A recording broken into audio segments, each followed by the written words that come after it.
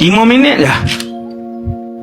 5 minit dah. Subhanallah bihamdihi, subhanallah bihamdihi, subhanallah bihamdihi.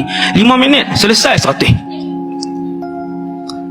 Tapi manusia ni dia tenggelam di dalam kealpaan dan kelalaian. Dia sembang 45 minit boleh, tapi dia nak zikir 5 minit seperti membawa 1 tan batu di dalam jubah dan baju dia. Berat. Hadis ni simple je, iaitu Nabi sebut zikir ni, hadis ni tentang zikir.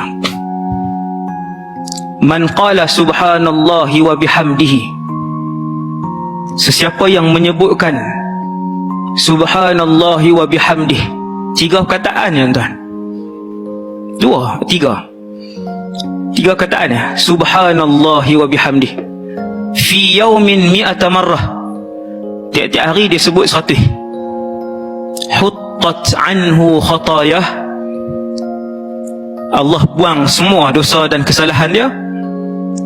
Wa in kanat mithla zabadil bahri, sekalipun kesalahan dan dosa itu sebanyak buih di lautan.